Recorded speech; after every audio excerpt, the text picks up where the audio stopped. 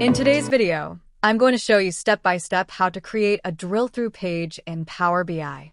First, I've got a basic summary page here showing total sales by products. You can use any high-level metric, monthly sales trend by product.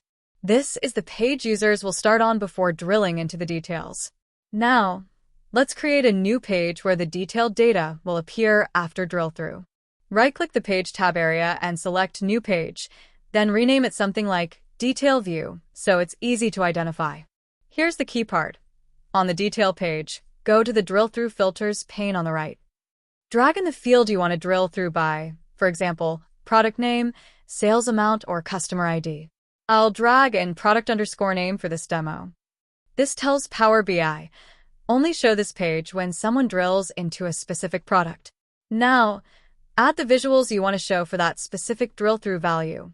Maybe a table with product-level details or a trend chart for that region.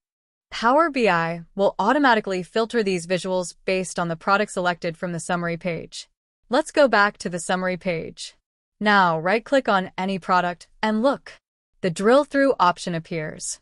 Click it, and we're taken straight to the detail view, filtered for that product. And that's it. You've just built a fully functional drill-through in Power BI. Don't miss out on the opportunity to transform your data into actionable insights. Your learning journey doesn't have to end here. Subscribe now and explore more.